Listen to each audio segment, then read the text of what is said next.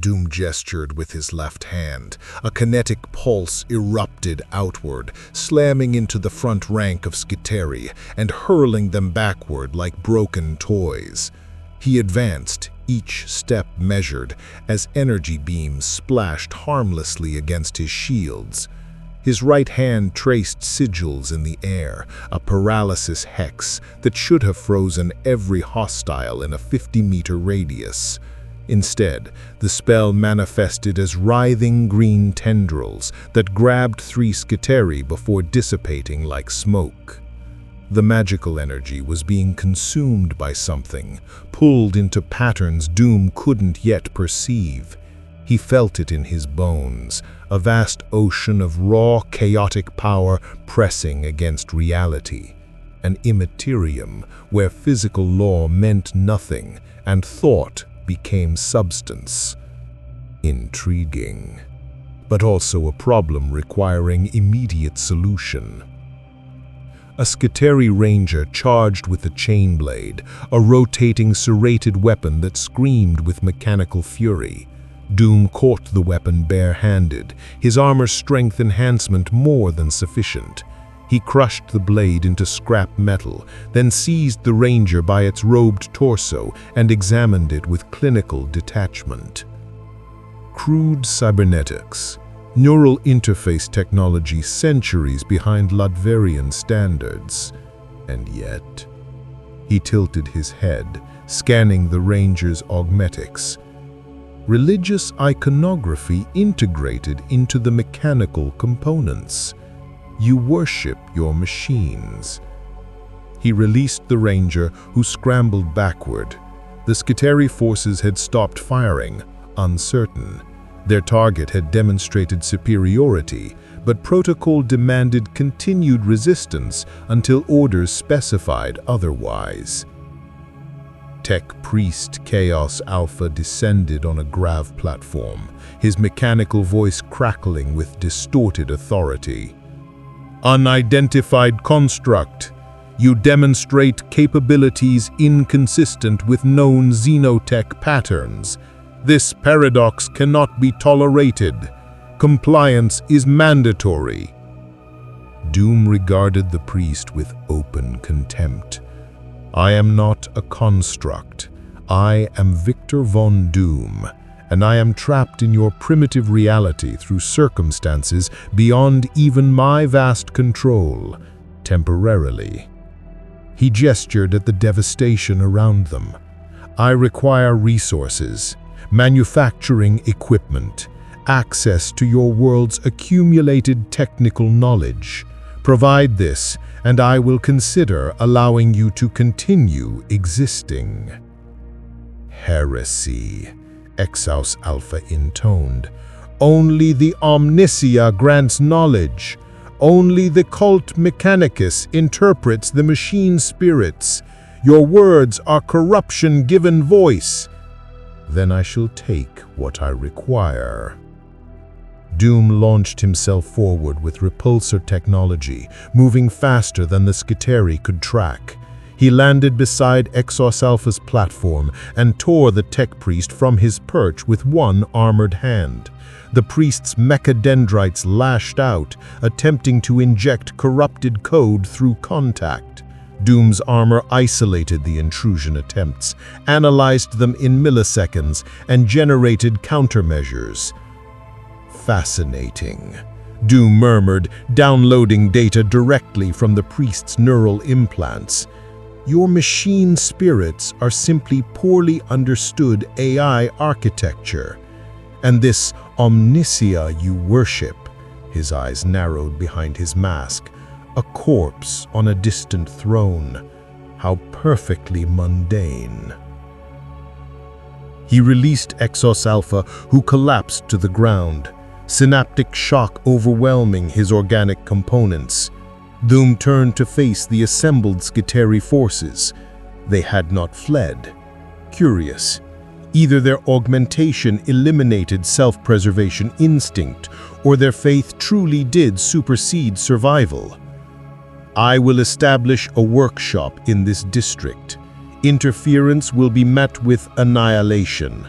I suggest you inform your superiors that a new power has arrived on Stygies VIII, one that recognizes neither your omniscia nor any other false deity." But even as Doom spoke, his sensors detected the massive burst of directed energy transmission. The tech priest had sent a distress signal before losing consciousness. The message would reach orbit within seconds, and from there propagate across whatever communications network this civilization maintained. Doom had announced his presence. In a galaxy where faith and fanaticism ruled, where technology was worshipped and sorcery was heresy, he had declared himself above all authority. The Imperium would respond, and Doom would be ready. He strode into the ruined manufactorum, already cataloging the primitive equipment and formulating improvements. Around him, the Skitarii maintained their positions, uncertain whether to attack or report. In orbit, auger arrays tracked the armored figure's movements, and across the segmentum, an Inquisitor received the alert with cold fury. Something had arrived on Stygies VIII, something that claimed dominion over the Omnissia's sacred world. Inquisitor Covenant reached for his voxcaster. "Prepare my ship. Mobilize the Grey Knights. We have a demon to interrogate." In the 41st millennium, they were gods of war, gods of decay, gods of excess, and gods of ambition. But what happens when a man who has conquered gods in his own reality arrives? A man who recognizes no authority above his own, who has stared down cosmic entities and declared them beneath him. The Imperium of man had endured 10,000 years of war against demons, xenos, and heretics. Surely one displaced sorcerer king was merely another problem for the Emperor's servants to solve. They could not have been more catastrophically wrong. If you crave stories of cosmic collisions where unstoppable will meets immovable faith, smash that subscribe button. The Emperor protects those who bear witness when titans clash in the dark millennium. The rift opened without warning above Stygies VIII, a forge world of the Adeptus Mechanicus nestled in the Segmentum Pacificus. One moment, the void was empty, save for the usual debris of millennia-old manufacturing. The next, reality tore open like rotted parchment, spilling impossible colors across the darkness. Not the sickening hues of the warp, but something altogether different, angular and precise even in its violence. Tech Priest Dominus Chaos Alpha watched from the orbital observation platform as the anomaly birthed something metallic and wrong. His auger arrays screamed corrupted data. His 17 augmetic eyes focused and refocused, attempting to parse what emerged from the dimensional wound. A figure in green armor plummeted through the breach, wreathed in residual energies that made his mechadendrites recoil instinctively. The rift collapsed behind the falling form with a thunderclap that registered across 3,000 kilometers. The figure crashed into Stygies VIII's northern manufactorum district with kinetic force sufficient to level 4 hab-blocks. "Heretical enotech detected," Chaos Alpha intoned in binaric cant to his attending servitors. "Pattern, unknown, threat assessment, extreme. Dispatching Skitarii response units, alerting Fabricator General." In the crater, Victor von Doom regained consciousness. His armor's diagnostic systems ran their checks with mechanical efficiency. Hull integrity, 97%. Power core, optimal. Weapon systems, functional. Mystical matrices, error, recalibration required. Doom's eyes opened behind his mask. He pushed himself upright, servo motors whining softly, and surveyed his surroundings with methodical precision. The architecture was brutal, industrial, stinking of promethium and human misery. Massive factorum spires stretched toward a smog-choked sky the color of old bruises. He could hear screaming, not of pain, but of machinery operating at the edge of catastrophic failure. His temporal displacement experiment had failed. The calculations were perfect. were always perfect, but something had interfered during transit, an energy signature unlike anything in Earth's dimensional catalog. It had felt hungry, malevolent, chaotic in a way that suggested intelligence rather than random force. "Location," Doom commanded. His armor sensors painted a grim picture. Alien atmosphere, breathable but heavily polluted. Gravity, 1.1 standard. Technological signature, widespread but primitive.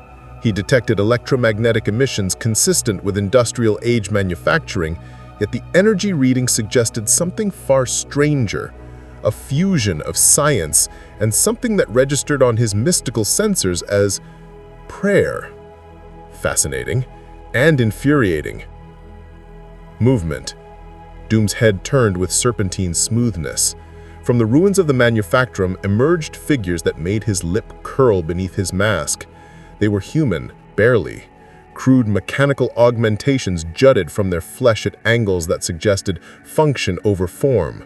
Their robes were red, stained with oils and worse. They carried weapons that hummed with barely contained energy. The lead figure raised a mechanical limb mounted with what appeared to be a plasma projector. It spoke, and Doom's linguistic analysis subroutines parsed the language in microseconds. A corrupted form of ancient Gothic, threaded with machine code. "Heretical construct! You have violated the sacred manufacturing district of Stygies VIII. Comply with immediate disassembly for analysis, or be destroyed in the name of the Omnicia." Doom stood to his full height. The Skitarii Rangers tensed, their augmetic eyes glowing red in the smoke-filled air. Behind them more figures emerged, 30, 50, 100 soldiers in various states of man-machine fusion. "I am Dr. Victor von Doom, monarch of Latveria, master of sciences both mundane and mystical. I bow to no authority. I recognize no jurisdiction over my person. You will provide me with resources, manufacturing capability, and complete technical specifications of this world's dimensional geography. Comply, and you will be compensated. Refuse." He raised one armored hand. Energy crackled between his fingers, the emerald fire of mystical force shaped by will absolute. But something was wrong. The energy flickered, destabilized, reformed in patterns that didn't match his carefully constructed mystical matrices. Doom felt it immediately. The fundamental laws governing mystical energy were different here, not absent, but operating on principles that conflicted with his learned formulas. No matter. Doom had mastered the mystic arts through study, discipline, and sheer force of will. He would master this realm's magic as well. Refuse, and you will learn why gods fear Doom. The Skitarii opened fire. Laser beams scorched the air, plasma bolts superheated stone to glass, and arc rifles unleashed electromagnetic fury. Doom's force field flared to life, a hexagonal barrier of hard light that absorbed the initial volley with contemptuous ease. His armor's reactor hummed, power levels stable. The technology, at least, remained reliable. The inquisitorial frigate Unbreakable Verdict translated from warp space 6 days later, accompanied by a strike cruiser bearing the silver and red heraldry of the Grey Knights. Inquisitor Malachi Covenant stood on the command deck, his augmetic eye whirring as it focused on the forge world below. Stygies VIII rotated beneath them, a sphere of industrial blight wrapped in orbital manufacturing platforms and defense satellites. Status of the incursion: Covenant's voice carried the weight of absolute authority. He was a tall man, gaunt from years of fasting and prayer, his face a roadmap of scars earned fighting the ruinous powers. Magos Explorator Zeth-9 materialized beside him, hololithic projection flickering. The entity has established a fortified position in Manufactorum District Theta 7. Skitarii observation units report continuous manufacturing activity. The construct has somehow accessed our data crypts and begun producing replicas of itself. Covenant's jaw tightened. Replicas. Demon engines? Unknown, Inquisitor. They bear the entity's likeness but demonstrate no warp signatures. Our theologistics are divided. Some claim xenotech, others insist on demonic possession. The entity itself has made no aggressive moves beyond its initial incursion, but refuses all communication protocols. Then we will extract answers through interrogation. Covenant turned to the Grey Knight standing silently behind him. Brother Captain Aldrich was an imposing figure, even by Astarte's standards, his Aegis armor inscribed with words that made normal humans weep to behold. "Your brothers are prepared?" "10 of my finest," Aldrich replied, his voice resonating through his helmet's vox grill. "If this is a demon, it will be banished. If it is a sorcerer, it will face the Emperor's justice." Covenant nodded. "Deploy at dawn. The Emperor protects." "The Emperor protects," Aldrich echoed. Victor von Doom had spent 6 days transforming Manufactorum District Theta 7 into a fortress worthy of his intellect. The Mechanicus manufacturing equipment was laughably primitive. Hydraulic presses when they should use gravitational manipulation, combustion engines when fusion reactors were elementary science, but Doom had worked with less. 3 Doombots stood at attention in his workshop, perfect replicas of his armor animated by sophisticated AI routines. They were inferior to his Latverian models, limited by local materials and the absence of Stark-grade processors, but functional. Each possessed 70% of Doom's combat capability and 30% of his tactical reasoning, sufficient for defense while he focused on the greater problem. The time platform lay in pieces across a workbench, its quantum chronometer cracked beyond simple repair. Doom had analyzed the damage extensively. The device had been struck by energies from that vast chaotic ocean he'd sensed upon arrival, the Imperium, as the local data crypts called it. A parallel dimension of psychic energy and emotion given form, where demons bred from mortal thoughts and nightmares walked as gods. Fascinating, horrifying, and exploitable. Doom had absorbed 6 days' worth of information from captured Mechanicus databanks. The picture they painted was bleak. A vast human imperium held together by fanatical worship of a dying god-emperor. 10,000 years of stagnation, technological regression masked as religious devotion, and endless war against alien species and chaos corruption. And yet, within this grim darkness, Doom saw opportunity. The Imperium commanded billions of worlds and quadrillions of soldiers. Its manufacturing capability, though primitive, was vast. Its warp-based faster-than-light travel could transport him anywhere in the galaxy. If he could seize control of even a fraction of this empire. But first, he needed to understand their magic. Doom sat in his workshop's meditation chamber, a hastily cleared storage vault lined with silver inscriptions copied from Mechanicus holy texts. He extended his consciousness outward, touching the mystical energies that permeated this reality. In his own universe, magic followed rules, ancient pacts, dimensional energies, carefully structured spells that bent reality through knowledge and will. Here, magic was alive. It writhed and hungered. It responded to emotion more than intellect, to faith more than formula. Doom felt the vast ocean of the warp pressing against the material realm, seeking entry through any crack in reality. and within that ocean swam things that noticed his probing consciousness. A presence brushed against his mind, vast, ancient, formed from ambition and scheming given infinite permutations. It spoke in languages that predated human civilization, but Doom understood its essence. Seeker, schemer, one who would be God. Doom's will snapped around his consciousness like adamantium shutters. I am no one's pawn, Daemon. Return to your void. Such delicious arrogance. You do not belong here, Victor von Doom. You are an anomaly, a thread from another tapestry woven into ours. Tzinch sees all possibilities, and in you he sees such glorious potential for change. Then Tzinch is blind. I serve no entity.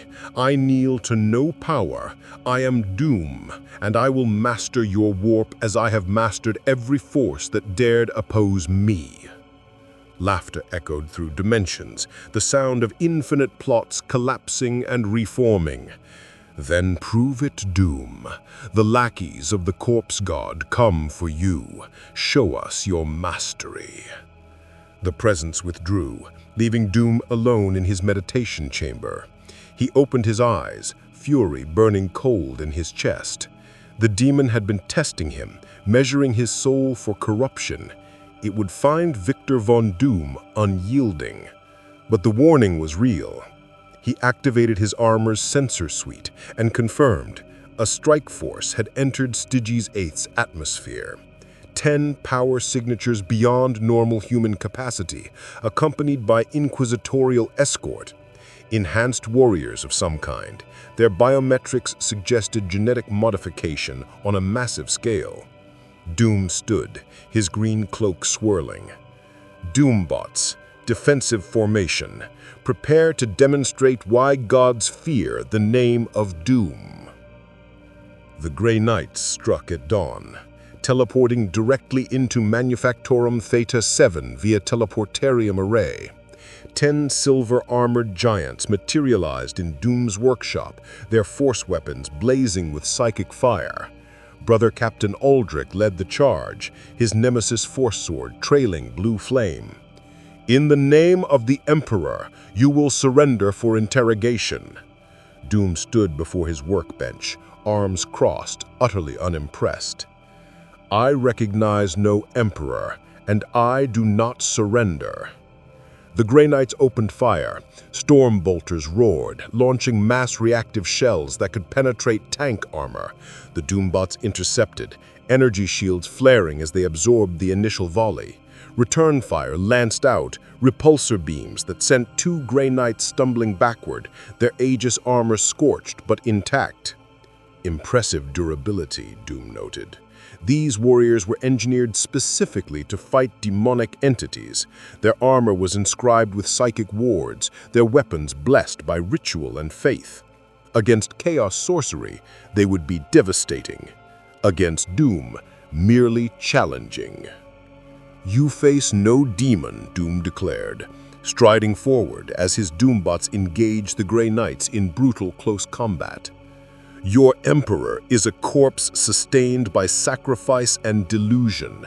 Your Imperium is built on lies, and you, he gestured, channeling mystical energy through modified formulae. The spell stuttered, then caught, raw warp energy shaped by Doom's indomitable will into a lance of force that struck Aldrich's chest and hurled him backward through a steel bulkhead. You are obsolete. The Grey Knights faltered for a half-heartbeat. Their cyclic defenses had registered warp energy, but the pattern was wrong. Not chaos, not Imperial-sanctioned psychocraft. Something altogether other. Aldrich rose from the rubble, his armor's machine spirit chanting wards of protection. Sorcerer, you wield the power of the warp without the Emperor's blessing. That is heresy unto death. Your Emperor has no authority over me. I extend both hands, and the air around him shimmered with gathering power. In 6 days, he had begun to understand the warp's fundamental principle. It responded to conviction, to absolute belief, to will made manifest. And no being in any universe possessed will to rival Victor Von Doom. The spell erupted outward, a kinetic wave that slammed into the Grey Knights with the force of artillery fire. 3 went down, their armor cracked. The Doombots pressed their advantage, energy weapons scoring ceramite plate. 1 Grey Knight fell, his helmet breached, blood mixing with sacred oils. But these were the Emperor's finest demon hunters. They rallied with disciplined fury. Aldrich's force sword carved through a Doombot, psychic energy disrupting its AI core. Another Grey Knight's halberd shattered the second replica's chest plate. The third Doombot self-destructed, its reactor exploding in a blast of plasma that forced the Grey Knights to retreat. Aldrich charged Doom directly, his sword trailing flames of pure faith. For the Emperor. Doom met him with sorcery and science combined. His armor's strength enhancement matched the Grey Knight's gene-forged might. His force field deflected the psychic blade by millimeters. Energy crackled between them as Doom channeled lightning, not through mystical formulae, but through his armor's power systems, augmented by warp energy. The Grey Knight's wards flared, absorbing the attack. He headbutted Doom, the impact ringing like a tolling bell. Doom staggered but did not fall. He seized Aldrich's sword arm and twisted with calculated precision, leveraging strength and angle to force the blade away. "You worship a corpse," Doom hissed, his voice amplified to fill the manufactorum. "Your Emperor sits upon a golden throne, sustained by the sacrifice of thousands daily. He is no god, he is a failed tyrant, and his Imperium is a monument to stagnation." "Lies!" Aldrich roared, wrenching free. He channeled psychic might through his blade, the sword blazing with power drawn from faith absolute. The Emperor protects. He is the light in the darkness, the bulwark against chaos. "Then why does chaos still exist?" Doom countered. He gestured, and the remaining Grey Knights found themselves gripped by invisible force, telekinetic might shaped by warp energy and Doom's genius. 10,000 years your Emperor has languished, and still demons plague your worlds, still corruption spreads. Your faith has failed, your God is impotent. The words struck deeper than any blade. For a Grey Knight, faith was armor, belief was weapon. To hear such heresy from a being who wielded warp power without corruption was impossible, theologically paradoxical. Aldrich hesitated, and in that heartbeat, Doom struck. Not with killing force, Doom was no common murderer. He struck with precision, his armor's energy projectors targeting the Grey Knight's helmet seals, their armor joints, their weapon grips. Disabling strikes that left them alive but combat ineffective. Within seconds, 9 Grey Knights lay incapacitated, their armor systems disrupted by electromagnetic pulses calibrated to their specific technology. Only Aldrich remained standing, his faith sustaining him through sheer will. "You have lost," Doom said simply, "but I am not your enemy, not truly. We both fight against chaos. We both seek to preserve humanity. But I will not bow to a corpse god, and I will not submit to primitive theocracy." "Then you are heretic," Aldrich gasped, his armor sparking, "and heretics burn." "No, I am Dr. Doom, and I am beyond your judgment." From orbit, Inquisitor Covenant watched through Pictfeed, his face ashen. The Grey Knights, the Imperium's ultimate daemon hunters, defeated, not through overwhelming force, but through surgical precision and mercy. "Target the entire district, land strikes, burn it all." Inquisitor Covenant, Magos Zeth 9 interjected. "That would destroy 7% of Stygies VIII's manufacturing capacity." "Do it. The entity is too dangerous to contain." But before the lances could fire, every screen in the command deck flickered. the same image appeared simultaneously. A figure in green armor and mask, standing against a backdrop of flames and broken warriors. "Inquisitor Covenant," Doom's voice resonated through the Vox systems. "I have intercepted your communication protocols. Your lance batteries will not fire as I have temporarily commandeered their targeting subroutines. Primitive encryption, truly." Covenant's hand moved toward his bolt pistol, as if he could shoot the screen itself. "What are you?" "I am Victor von Doom, monarch, scientist, sorcerer. I have traveled from a universe where gods bow before me, and I find myself in yours, temporarily. I have no wish to destroy your Imperium. Indeed, I may be your greatest asset against the chaos you fear. But I will not be interrogated, I will not be judged, and I will not bow to your corpse god." "Then you are heretic and traitor, and you will burn." "No, Inquisitor, I will thrive. This galaxy is vast, fractured, and ruled by superstition. I intend to change that. Whether you become ally or obstacle is your choice. Choose wisely." The screens went dark. In the manufactorum below, Doom stood among the fallen Grey Knights, his mind already racing through possibilities. He had demonstrated strength, but not annihilation. He had shown mercy, but not weakness. The Imperium would regroup, strategize, return with greater force. Good, let them come. Every confrontation taught him more about this universe's rules. Every battle sharpened his understanding of the warp's power. And in the shadows between stars, chaos watched with growing interest. A player had entered the game who served neither Emperor nor Dark Gods, a player whose ambition rivaled their own. Tzeentch laughed, and 999 new plots bloomed across his garden of change. The conclave gathered in secret, far from Terra's light. 7 Forge worlds sent their fabricator locums via encrypted hololithic transmission, their digital avatars flickering in the shielded chamber deep within Stygies VIII's core. Tech priest Dominus Zeus Alpha, recovered from his synaptic shock, presided over the assembly with cautious reverence. "The entity designates itself Doom," Zeus Alpha intoned in binary. Analysis of recovered data suggests origin from alternate dimensional framework. Technological capacity, significantly advanced. Theological compliance, 0. Threat assessment, extreme. However, he paused, his mechadendrites twitching with what might have been excitement in a less augmented being. The entity's manufacturing improvements demonstrate innovation unseen since the dark age of technology. It has reverse-engineered our plasma weaponry and produced a variant with 47% increased efficiency. It has corrected 17 fundamental flaws in our Forge Temple power distribution grid, and it did this in 6 solar days.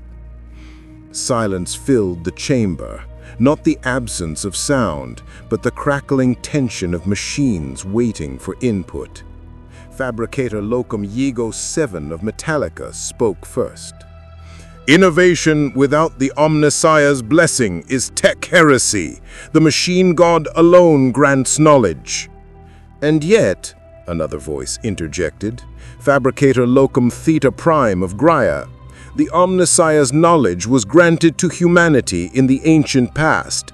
Perhaps this Doom possesses fragments of lost STC databases. To destroy such potential without investigation would be wasteful." The word hung in the air like an incense offering. Waste was anathema to the Mechanicus. Every scrap of technology was sacred, every innovation a holy relic. "The Inquisition demands compliance," Zeus Alpha warned. "Inquisitor Covenant has declared the entity heretical. To harbor it risks exterminatus." Then let us see if the entity can prove its value before the Inquisition's wrath descends. Above them, in the manufactorum district, Doom had already begun the next phase of his plan. Victor von Doom stood before a massive hololithic projector, salvaged Mechanicus technology improved by his own modifications. The three-dimensional map of the Imperium rotated before him, a galaxy of 1,000,000 worlds united under the banner of a corpse. He had spent 3 days absorbing every data file he could extract from Stygies VIII's archives, piecing together the political landscape of this grim future. The Imperium was vast, but brittle. Its bureaucracy was Byzantine, its technology stagnant, its military stretched across endless fronts. The Adeptus Mechanicus maintained independence through their monopoly on technology. The Inquisition ruled through fear and absolute authority. The Space Marines, genetically enhanced super soldiers, served as both sword and symbol. And, at the center of it all, the God Emperor of mankind, a psychic entity of immense power trapped in a decaying corpse, sustained by the sacrifice of 1,000 psychers daily. A battery, Doom muttered with contempt. They feed their god to keep the lights on. His analysis was interrupted by proximity alarms. 3 signatures approaching, not military, but civilian. Doom's sensors identified them as unaugmented humans, trembling with fear, but advancing nonetheless. Curious. Doom activated the external speakers. "State your purpose." A woman's voice replied, hoarse with industrial damage. We come to see the one who broke the Skitari, the one who made the tech priests afraid." "You risk execution for heresy by approaching me." "We're already dying. The Factorum works us 18 hours a day. Our children are taken for servitor conversion. The Mechanicus says our suffering is sacred. We say, if you can make them afraid, maybe you can make them stop." Doom's eyes narrowed behind his mask. He accessed external cameras and observed the 3 humans. A woman, middle-aged by appearance, but likely younger. Industrial labor aged humans prematurely. A man missing his left arm, the stump poorly cauterized. A child, no more than 12, her eyes already vacant with exhaustion. "I am not your savior," Doom said. "We know, but you're not theirs either. That's enough." For a long moment Doom was silent. In Latveria he had ruled absolutely but justly. His people had been protected, educated, elevated above the squalor of lesser nations. He had been a tyrant, yes, but a tyrant who actually cared for his subjects' welfare, if only because their success reflected his glory. These people before him were slaves in all but name. Their labor fed a machine that valued them only as expendable components. "Enter," Doom commanded. The manufactorum doors ground open. "You will work for me now. Your skills will be properly utilized. Your children will not be harvested. And in return, you will tell every other worker in this district that Victor von Doom offers what your Imperium cannot: rational governments." The woman's eyes widened. You're building an army." "I am building an empire. There is a difference." Within hours, word spread through the underhive of Stygies VIII like wildfire through Prometheum. The being in green armor offered work without quotas, safety without prayer, and most seductively, hope without faith. By nightfall, 300 workers had defected from the Mechanicus service. By dawn, that number had tripled. The Fabricator General of Stygies VIII declared a state of emergency, but his Skitari forces, dispatched to suppress the uprising, found something unexpected. Doom's workshops had begun producing weapons for the workers, not sophisticated armaments, but basic combat training delivered via neural interface education systems Doom had constructed overnight. The workers, for the first time in generations, could defend themselves. And then, chaos arrived. The warp rift tore open in Stygies VIII's southern hemisphere, smaller than Doom's arrival, but no less catastrophic. From it emerged cultists bearing the 8-pointed star, their flesh warped by mutation, their minds broken by whispered promises. Leading them was a sorcerer of Tzeentch, Magister Vroximus, his robes covered in ever-shifting runes, his staff crackling with warp lightning. "Brothers and sisters," Vroximus called to the planet below, his voice amplified by demonic power. "The architect of fate has shown me a vision. A newcomer walks among you, one who stands apart from the false emperor's slaves. Join us, and together we shall remake this galaxy in glorious mutation." Doom received the transmission and felt cold fury ignite in his chest. The daemon he had rejected now sent its servants to claim him through proxies. Unacceptable. He activated his armor's full combat suite and issued commands to his growing network.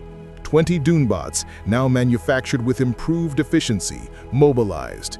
The armed workers formed defensive perimeters, and Doom himself launched skyward on repulsor technology, streaking toward the southern hemisphere like a green comet.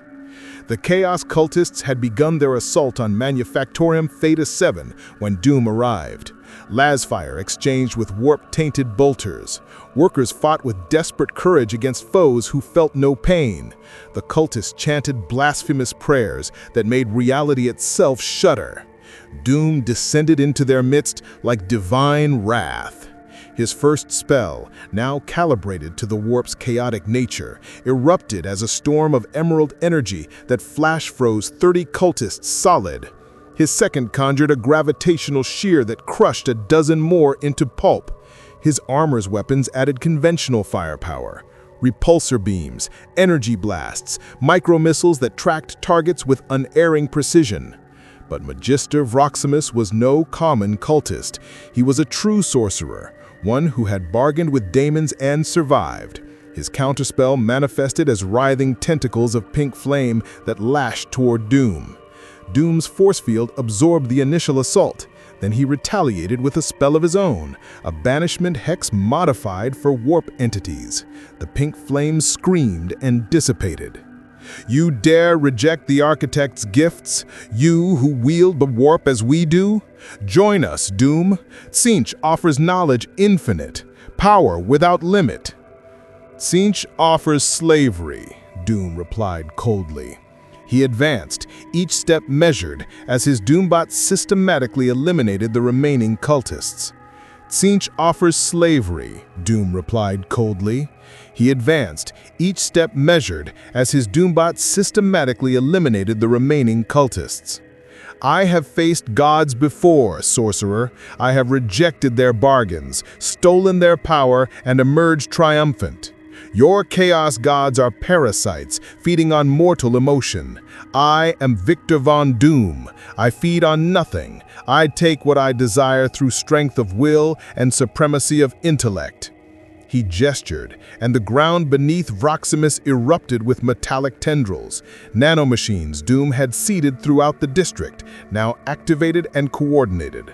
They wrapped around the sorcerer, disrupting his concentration, severing his connection to the warp. Vroximus screamed, feeling his power drain. "Impossible! You cannot cut me from the Imperium. I am blessed by—" "You are a slave with delusions of partnership," Doom interrupted. He approached the bound sorcerer and placed one armored hand on his skull. "And now you will serve a greater purpose. You will teach me everything you know about warp sorcery, demonic hierarchies, and chaos corruption vectors." He activated his armor's neural interface and began extracting information directly from Roximus's mind. The sorcerer screamed as centuries of forbidden knowledge were ripped from his consciousness and uploaded into Doom's databases. Spell formulae, true names of lesser daemons, the structure of the warp's tides and currents, the locations of chaos strongholds across the sector. When Doom released him, Roximus collapsed, his mind shattered beyond recovery. "Dispose of him," Doom ordered the Doom bots, "and scan for any remaining corruption. I will not tolerate demonic influence in my territory." He turned to find the workers staring at him with expressions mixing awe and terror. He had just defeated a chaos sorcerer through methods that looked suspiciously like the very sorcery the Imperium condemned, but he had done so to protect them. "You are safe," Doom declared. "Any force, Imperial, Chaos, or Xenos, that threatens those under my protection will face the same fate. I do not ask for your faith. I do not require your worship. I demand only competence, loyalty, and the understanding that Victor Von Doom's rule is absolute but just." The woman who had first approached him stepped forward. "What do we call you? Lord? Master?" "You will call me Doom, and you will remember that I offer what your Imperium cannot: progress without stagnation, protection without sacrifice, and a future built on reason rather than superstition." In orbit, Inquisitor Covenant watched the aftermath through auger feeds, his fists clenched so tight his augmentic fingers cracked ceramic. The entity had just defeated chaos corruption without Imperial assistance, without prayer, without faith. It was theologically impossible, and yet it had happened. "Send word to Terra," Covenant ordered grimly. "We require Lord Inquisitor intervention. This threat exceeds our capacity." But even as he spoke, another part of his mind whispered treasonous thoughts. What if the entity was right? What if there was another way? He crushed that thought instantly. Faith was all, the Emperor protected. But in the depths of Stygies VIII, 300 workers, soon to be 3,000, then 30,000, had seen an alternative, and alternatives, once witnessed, could never be unseen. Doom returned to his workshop, carrying the extracted knowledge like a trophy. He now understood the warp's fundamental mechanics: emotion made manifest, belief given power, thought crystallized into reality. It was chaotic, yes, but chaos could be understood, codified, mastered. And if one man's will was strong enough, if one intellect was brilliant enough, he could shape the warp itself. Victor Von Doom smiled behind his mask. This galaxy thought gods ruled supreme. They would learn that gods were simply beings who had not yet met Doom. The delegation from Mars arrived 30 days after Doom's victory over the Chaos incursion. 3 Arc Mechanicus vessels translated from warp space, their hulls ancient beyond mortal comprehension, their data cores containing knowledge that predated the Imperium itself. They brought with them not Skitarii warriors, but tech priests of the highest order, magi who had walked the Red Planet's forges for centuries, who had access to secrets the Imperium proper would never see. And they brought an offer. Fabricator General Uldricht of Mars materialized in hololithic form before Doom, his image towering 3 meters tall, his body more machine than flesh. When he spoke, his voice carried the weight of 10,000 years of accumulated doctrine. Victor Von Doom, the Martian Parliament has reviewed your innovations. We have analyzed the plasma variants, the gravitational manipulation systems, the neural interface education protocols. They represent theoretical frameworks we abandoned millennia ago as too complex for reliable reproduction. He paused, mechadendrites riving. You have made them functional, reproducible, superior. Doom stood in his workshop, now expanded to occupy 3 city blocks, surrounded by functional Doombots and armed workers. He had been expecting this conversation.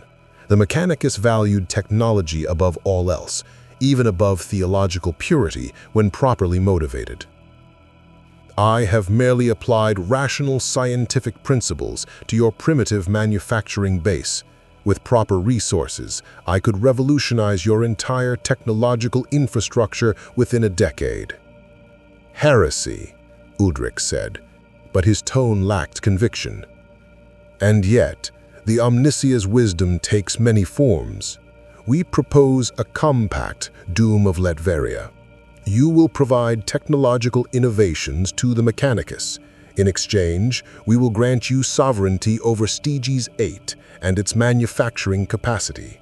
We will shield you from inquisitorial persecution, and we will provide you with access to our archives, including fragments of STC databases. Doom's eyes gleamed behind his mask. Standard template constructs, the holy grails of Mechanicus worship. Blueprints from humanity's golden age, when mankind had conquered the stars with science rather than superstition. If even fragments existed, they would provide him with the foundation to rebuild his technological empire. And what prevents the Inquisition from simply declaring exterminatus despite your protection? Politics, Ulrich replied simply. Mars maintains independence through our monopoly on technology. The Imperium cannot function without us. If we declare you a sentient researcher operating under Mechanicus authority, the Inquisition can protest, but they cannot act without risking schism. The balance is delicate, but it exists. Doom considered. The offer was logical. He gained manufacturing resources, political protection, and access to advanced knowledge. The Mechanicus gained innovations that could genuinely improve their technological capacity. Both parties benefited. But Doom had learned caution in this universe. Nothing came without cost. I accept your compact with conditions, Doom declared. First, I maintain absolute sovereignty over my territory. No Mechanicus oversight, no Skitarii garrisons, no tech priests auditing my work. Second, any innovations I provide remain my intellectual property. You may use them, but you will acknowledge their source. Third, I require full access to your data on warp mechanics, psychophenomena, and anything related to dimensional travel. My goal remains returning to my universe. Your goal is advancing your technology. These aims are not incompatible. Uldrich's image flickered as the Martian Parliament consulted in microsecond-speed data bursts. After 3 subjective hours compressed into 1.7 seconds, he responded, "Acceptable. The compact is sealed. Henceforth, you are Doom of Latveria, fabricator locum of Stygies VIII, sanctioned researcher of the Martian Parliament. May the Omnissia guide your work." The only force guiding my work is my own genius. But I accept your designation, and I will deliver innovations that will make Mars weep with technological envy. The hololithic projection dissolved. Doom turned to find his workshop filled with workers, no longer just 300, but 3,000, with more arriving daily. They looked to him not with religious fervor, but with something far more dangerous, rational hope. People of Stygies VIII, you are no longer slaves to theological doctrine. You are citizens of the Doom Protectorate. You will work not for arbitrary quotas, but for rational compensation. Your children will be educated, not converted to servitors. Your labor will build not monuments to dead gods, but a future worthy of human potential. In return, I demand excellence, competence, and absolute loyalty. Those who cannot meet these standards will be dismissed. Those who excel will be elevated. This is the bargain. Accept it or depart. Not a single worker left. But even as Doom consolidated his power, enemies gathered. Inquisitor Covenant stood before the Conclave of 13, the secret council of Lord Inquisitors who guided the Ordo Malleus from the shadows. 13 hooded figures, their faces obscured, their authority absolute within their order. They had convened via astropathic relay, their psychic presence manifesting in the sealed chamber aboard Covenant's flagship. You permitted a heretic to establish an autonomous zone, Lord Inquisitor Gast intoned, his voice like grinding bones. You allowed Mars to legitimize a sorcerer. Explain why we should not declare you excommunicate traitoris. Covenant kept his voice level despite the fury burning in his chest. Because the entity calling itself Doom has committed no overt heresy against the Imperium. He has defeated chaos incursion.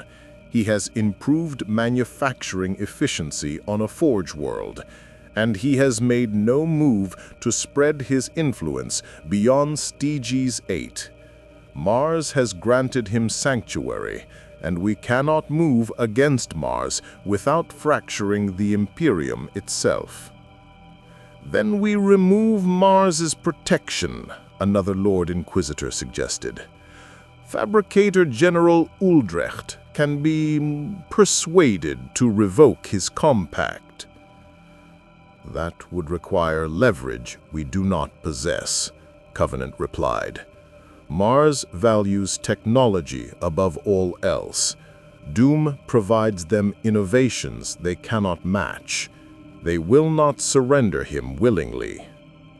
Silence filled the chamber, the pregnant pause of minds calculating angles and consequences. Then we test him, Lord Inquisitor Gast declared.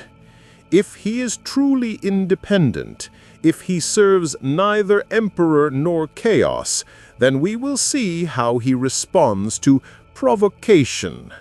Send word to the Black Templars.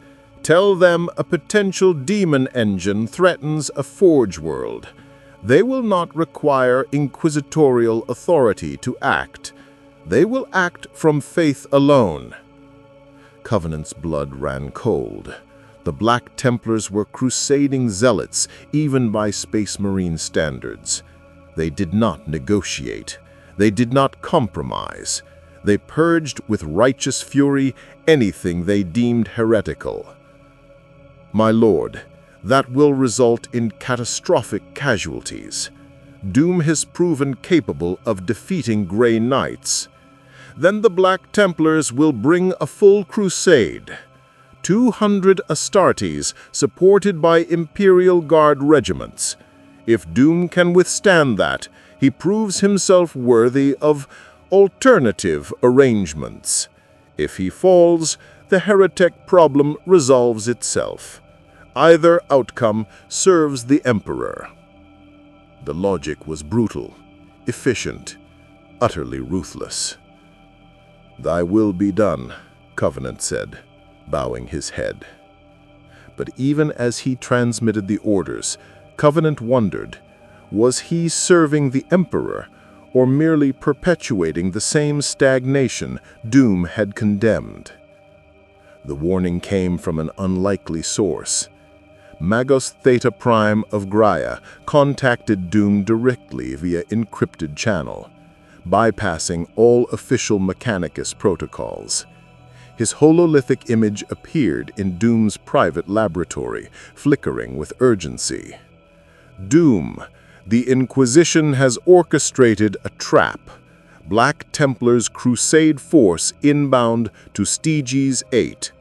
Estimated arrival, 14 solar days. Fleet composition, 3 battle barges, 12 strike cruisers, support vessels numbering 47. Ground forces, 200 Space Marines, 30,000 Imperial Guard. They come not to negotiate, they come to purge. Doom's fingers steepled before his mask. Why warn me? Your compact with Mars protects your political position, but it does not require you to personally ensure my survival. Theta Prime's mechadendrites twitched, an expression of what might have been frustration in a less augmented being. Because you represent something the Mechanicus has not seen in 10 millennia.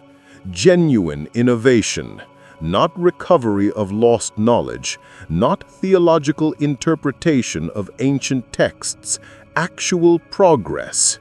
If you die, that dies with you. Mars may have granted you sanctuary for political advantage, but I warn you because losing your potential would be inefficient. Inefficient, Doom repeated, something like amusement in his tone.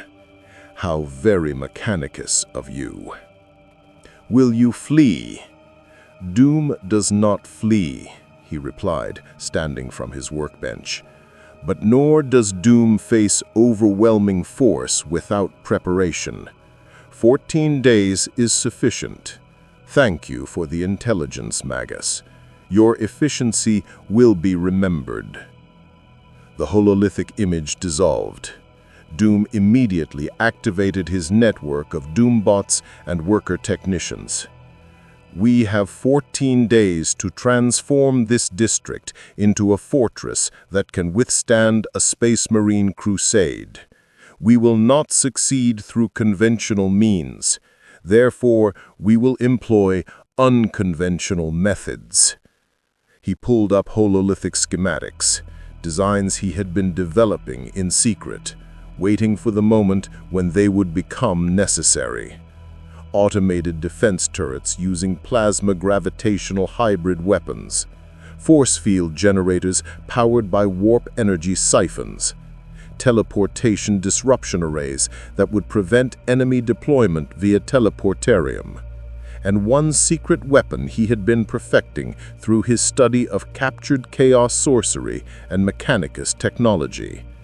A device that could temporarily nullify psychic phenomena in a localized area. If Space Marines relied on faith and blessed weapons, cutting their connection to the warp, even temporarily, would reduce them to mere enhanced humans. Dangerous enhanced humans, but humans nonetheless. Begin manufacturing immediately, Doom commanded. Every worker will operate in rotating shifts. Every forge will burn at maximum capacity. And I will personally oversee the construction of our primary defense, proof that Victor von Doom's intellect surpasses any force the Imperium can muster. The workers scattered to their tasks, energized by purpose and properly compensated labor. The Doombots coordinated logistics with mechanical precision. And Doom himself returned to his laboratory where the critical project awaited.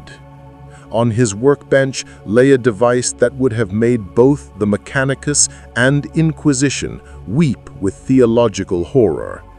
A psychic amplifier that channeled warp energy through technological framework shaped by algorithms rather than faith.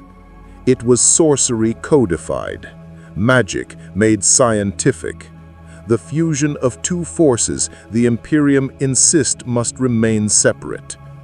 Doom had discovered the secret the Emperor knew but never shared. Sufficiently advanced technology and sufficiently disciplined sorcery were indistinguishable in function. The warp could be understood, predicted, controlled, if one possessed the will to reject superstition and embrace rational analysis. "Let the Black Templars come," Doom murmured, making final adjustments to the device. They will find that faith alone is insufficient when facing doom. Across the void, Marshal Helbrecht of the Black Templars stood on the bridge of the battle barge Eternal Crusader. His ancient armor bore the scars of 1,000 battles. His faith burned with the intensity of a star. "Brothers," he addressed the assembled sword brethren, "we face a sorcerer who dares claim independence from the Emperor's light, who corrupts a forge world with tech heresy, who defeated Grey Knights and traffics with chaos.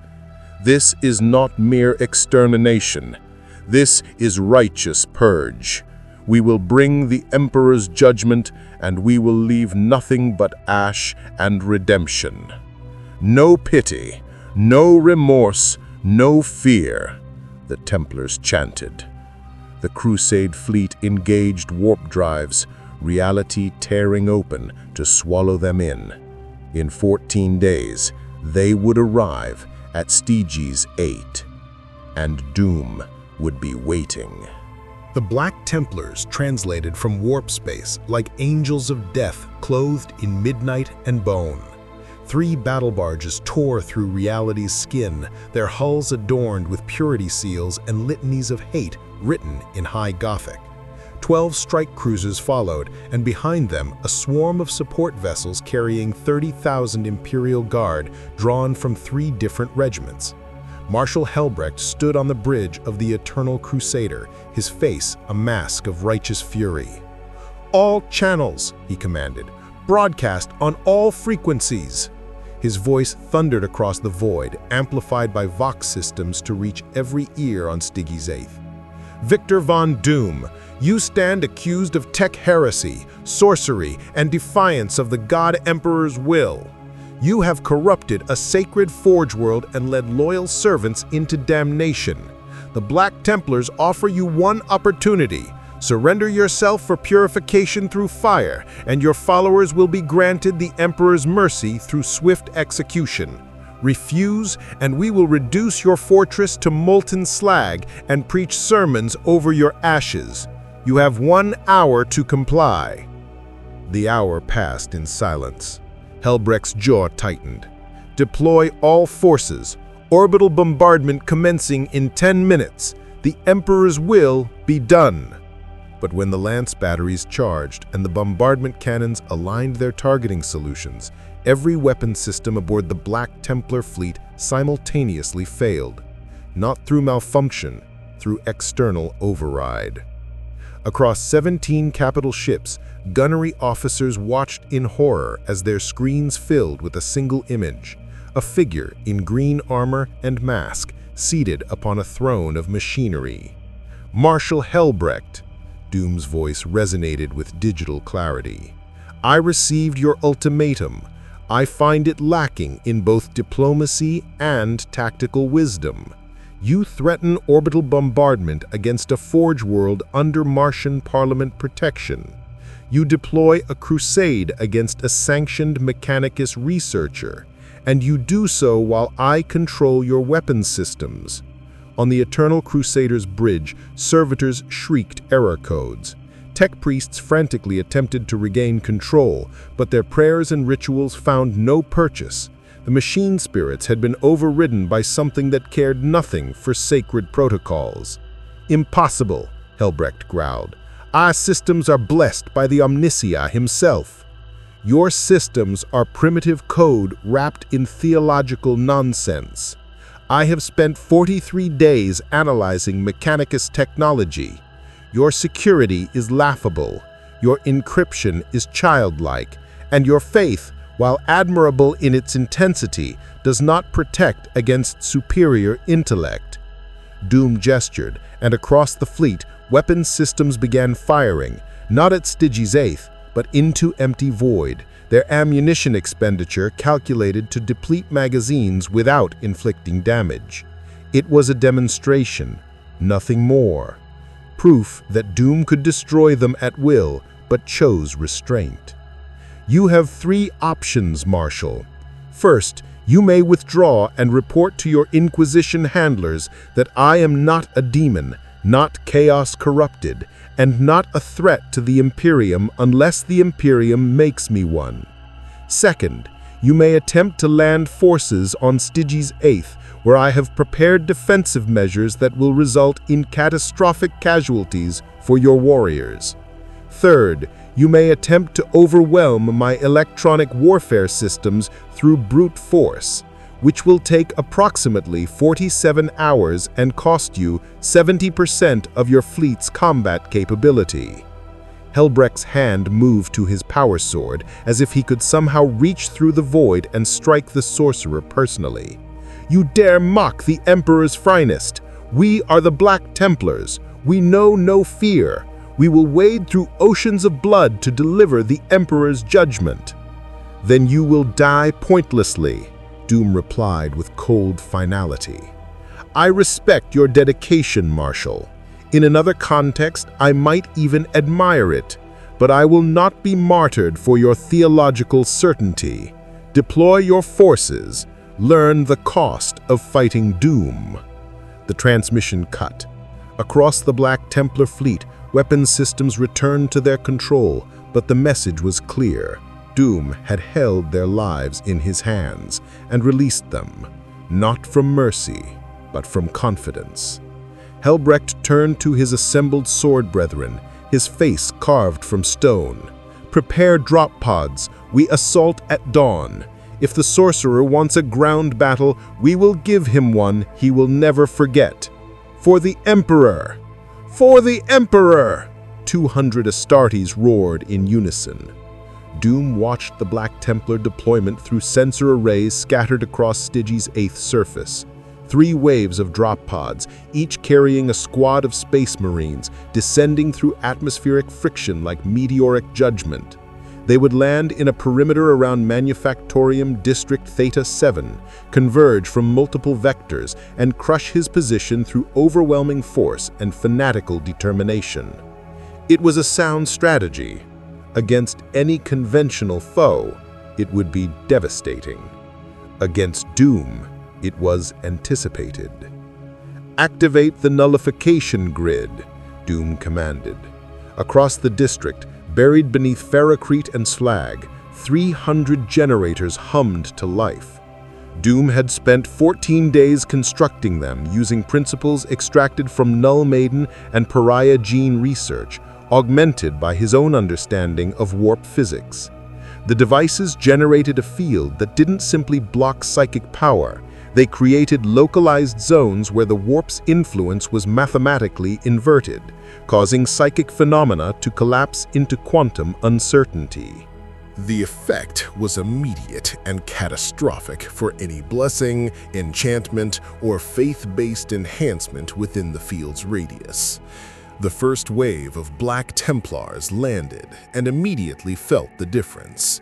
Their blessed weapons, blades that had been consecrated in the Emperor's name, armor that had been inscribed with wards by chaplains, suddenly felt like mere metal and ceramite. The connection to the Emperor's light, that intangible sensation of divine protection that every Space Marine carried, flickered and died. Castellan Drenger, leading the first assault wave, felt the absence like a physical wound. "Brothers, the sorcerer has severed us from the Emperor's grace. Have faith. Our strength comes not from blessings, but from..." The Doombot emerged from concealment and opened fire with a weapon that shouldn't exist, a gravitational shear cannon that localized intense tidal forces in a 3-meter radius. The effect on power armor was catastrophic. Ceramite plates buckled inward, servo motors shredded. 2 Black Templars were crushed inside their own armor before they could react. Drenger charged, his chainsword roaring defiance. The Doombot sidestepped with mechanical precision and counterstruck with an electrified power fist. The Castellan's armor sparked, and his nervous system overloaded. He collapsed, paralyzed but alive. "Non-lethal protocols engaged," the Doombot announced in Doom's voice. "You are now prisoners of the Doom Protectorate. Resistance is illogical." Across the battlefield, similar scenes played out. Doombots, now numbering 87, each equipped with weapons specifically designed to counter Space Marine tactics, engaged the Black Templars in brutal close combat.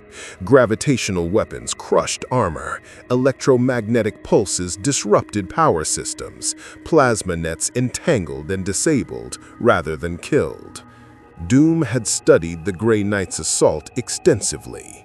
He understood Space Marine physiology, their tactical doctrine, their psychological conditioning. He knew they would never surrender, never retreat, never doubt their righteous cause. So he had designed his defenses not to kill them, but to disable them. To prove that faith without flexibility was merely stubbornness. To demonstrate that their emperor's blessing meant nothing against superior preparation. Marshal Helbrecht landed with the second wave, his ancient power sword blazing with fury. He immediately recognized the tactical situation. His warriors were being systematically disabled, their advantages negated, their strength turned against them. The sorcerer wasn't trying to win through slaughter. He was trying to win through humiliation. "Unacceptable," Helbrecht roared. "Brothers, to me, we breach the fortress directly. If faith is denied us, we fight with steel and fury alone." 50 Black Templars rallied to their marshal and charged the main gates of Doom's workshop fortress.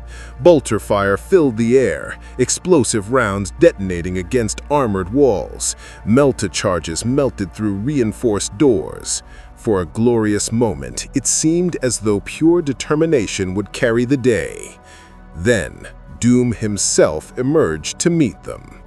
He stood alone before 50 of the Imperium's finest warriors, his green armor gleaming in the forge light, his cape billowing in the industrial winds. Behind him, no army, no Doombots, just Victor von Doom, monarch and sorcerer, facing an entire crusade element with absolute confidence. Marshal Helbrecht, you are a warrior of skill and conviction. In another universe, we might have been allies, but you serve a corpse god who offers nothing but stagnation and suffering. I offer humanity progress, evolution, freedom from theological chains. Heresy! Helbrecht charged, his power sword trailing arcs of disrupted energy. The blade swung in a perfect killing arc, honed by centuries of crusades. It should have cleaved Doom in half. Instead, it struck a force field so powerful that the feedback sent Helbrecht stumbling backward. Doom hadn't moved, hadn't flinched. He had simply stood and let the Marshal's finest strike shatter against superior technology. Is that the best your faith provides? Then allow me to demonstrate what intellect achieves. He raised both hands, and the air around him shimmered with emerald energy. But this wasn't the chaotic warp sorcery the Black Templars had been trained to resist. This was something else entirely. Warp energy channeled through technological frameworks, shaped by mathematical precision, guided by algorithms that had nothing to do with faith or emotion. It was magic made scientific, sorcery elevated to engineering. The spell manifested as a kinetic wave that struck the assembled Black Templars with surgical force. Not enough to kill, Doom had calibrated the output precisely, but sufficient to overload their armor's inertial dampeners and send them crashing to the ground. 50 Space Marines, each worth 100 ordinary soldiers, disabled in seconds. Doom walked forward, stepping over fallen warriors until he stood before Marshal Helbrecht. The Marshal struggled to rise, his armor's systems rebooting, his enhanced physiology already recovering from the assault. You see, Marshal, faith is not enough. Conviction is not sufficient. You face Victor von Doom, and I am beyond your Emperor's reach. He extended a hand. Not in attack, but in something almost resembling respect. But I am not your true enemy. Chaos is your enemy. The Tyranids, the Orcs, the Necrons, they are your enemies. I could be your greatest asset in fighting them, if only you could see past your theological blindness. Helbrecht slapped the offered hand away with contempt. I would rather die than accept a heretic's aid. Then you are a fool, Doom replied quietly. But you are a brave fool, and I respect that." He turned and began walking back to his fortress. "You and your warriors are free to retreat to your ships. Take your wounded.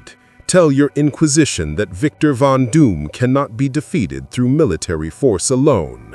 Perhaps next time they will attempt diplomacy." "We will never stop. The Imperium is eternal. We will hunt you across the stars." "No, you won't," Doom interrupted, looking back over his shoulder, "because I am about to make myself indispensable." In exchange for sovereign control over Stygies VIII and 6 neighboring Forge worlds, plus unrestricted access to Mechanicus archives and non-interference from Imperial authorities, Doom would provide. First, advanced weapons technology capable of increasing Imperial Guard combat effectiveness by 40%. Second, improved plasma reactor designs that would reduce warp drive failure rates by 32%. Third, counter-chaos wards based on mathematical principles rather than faith, effective even in null zones where psychers could not operate. Fourth, tactical consultation for major military campaigns provided remotely via hololithic communication. Fifth, a permanent defensive alliance against Tyranid incursions, as Doom found their all-consuming nature personally offensive. The treaty included one non-negotiable condition. Doom would never kneel, would never acknowledge the Emperor's divinity, would never submit to inquisitorial jurisdiction. He would be an independent power within the Imperium's borders, allied but not subservient. The High Lords debated for 17 days. The Inquisition demanded rejection and continued persecution. The Mechanicus argued passionately for acceptance. The Imperial Guard generals, seeing the promised weapons improvements, quietly supported the treaty. The Space Marine chapters were divided, some seeing pragmatic value, others seeing intolerable heresy. In the end, political necessity triumphed over theological purity. The treaty was accepted with modifications. Doom would control his designated worlds, but Imperial observers would maintain presence to ensure no overt chaos corruption. Doom would provide innovations, but the Imperium retained rights to distribute them as they saw fit. And Doom would face summary execution if he ever directly opposed Imperial military forces. It was an uneasy compromise, a crack in the Imperium's theological foundation, but it was also a lifeline, a source of genuine innovation in a galaxy drowning in stagnation. Victor von Doom, trapped in the 41st millennium by forces beyond even his control, had done the impossible. He had carved out an empire within the Imperium itself, not through faith, not through service, but through sheer force of will and undeniable competence. In his workshop on Stygies VIII, surrounded by his Doombots and loyal workers, Doom gazed at the hololithic map of his new domain. 6 Forge worlds, billions of subjects, manufacturing capacity that rivaled entire sectors. It was not Latveria, it was not home, but it was a beginning.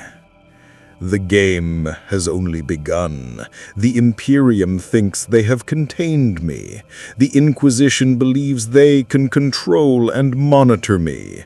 They are all fools. I am Victor Von Doom. I have humbled gods and conquered dimensions.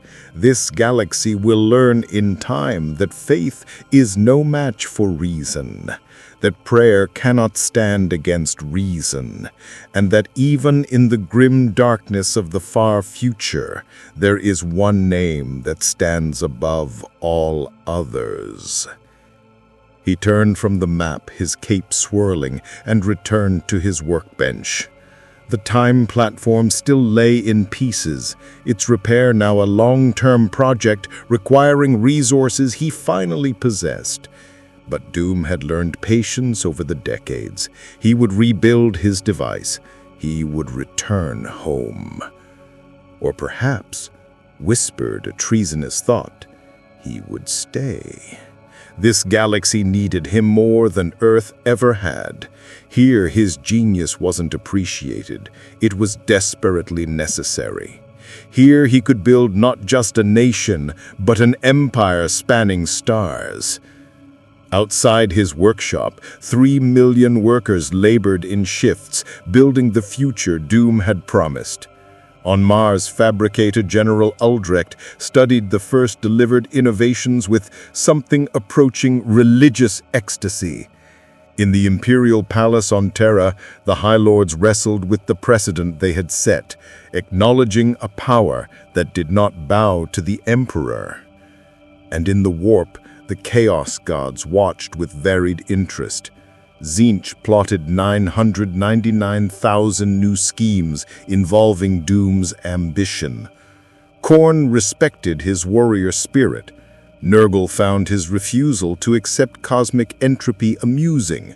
Slaanesh saw in his pride the seeds of delicious corruption. But Doom felt their attention and smiled.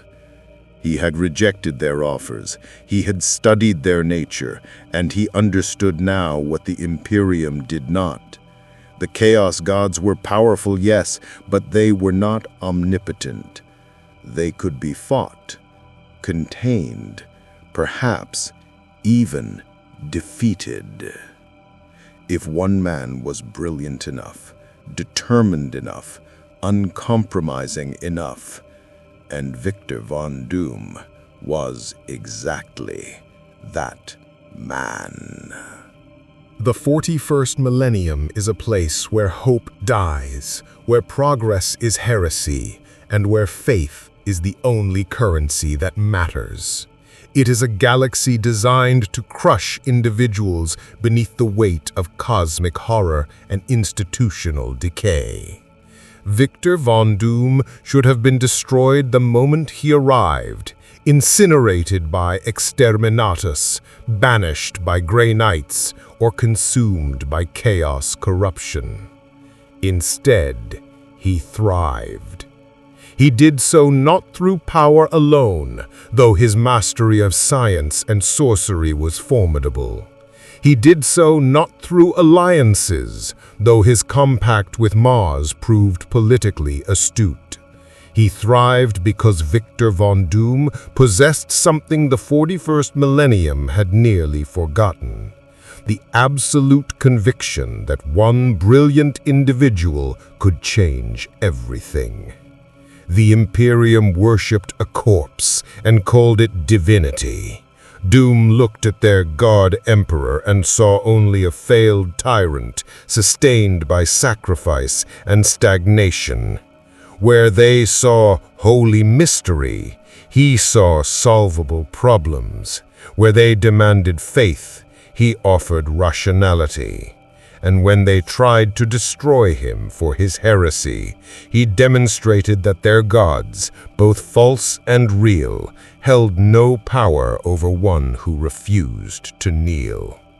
His domain now spans 7 forge worlds. His innovations flow through Mechanicus channels, improving weapons, drives, and defenses across entire sectors. His Doombots patrol his territory with mathematical precision. His workers labor not as slaves, but as citizens of something new. A techno-sorcerous empire built on merit rather than birthright, on achievement rather than faith. The Inquisition monitors him with paranoid intensity, waiting for signs of chaos corruption that will never come. The Space Marines regard him with suspicion and grudging respect. The Mechanicus treats him as a prophet of innovation wrapped in heretical doctrine. And the common citizens who labor in his forges whisper stories of the green-armored figure who defeated angels of death and refused to bow to any god. But Doom's greatest victory is not military or political. It is philosophical. He has proven that in a galaxy where faith rules supreme, reason can still carve out space to exist. That in an empire built on 10,000 years of stagnation, progress remains possible. That even when surrounded by cosmic horror and institutional tyranny, one person of sufficient genius and will can forge their own destiny. The time platform remains broken, its repair a project that may take decades. Doom could rebuild it faster. He has the resources now, but some part of him hesitates. In his own universe, he was one genius among many, forced to contend with Richards, Stark, Strange, and countless others who challenged his supremacy. Here, in the 41st millennium, he stands nearly alone. His intellect has no rival. His vision has no equal. Perhaps this is where Victor Von Doom was always meant to be. Not as a villain, not as a hero, but as something the grim darkness desperately needs. A force for progress in a galaxy that has forgotten how to evolve. The Chaos Gods still watch. The Inquisition still plots. The Black Templars still sharpen their blades and dream of righteous vengeance. But Doom is ready for all of them. He has studied their weaknesses, calculated their patterns, and prepared countermeasures that will take them decades to overcome. And when they finally come for him again, and they will come for him, they will learn what conquerors throughout history have learned when facing Victor Von Doom. Faith is no match for genius. Prayer cannot stand against preparation. And there is no force in any universe, not gods, not tyrants, not cosmic entities, that can compel Doom to kneel. In the end, the question is not whether Victor Von Doom will survive in the 41st millennium. The question is whether the 41st millennium will survive Victor Von Doom. The game is only begun. The pieces are in motion, and Doom, as always, plays to win.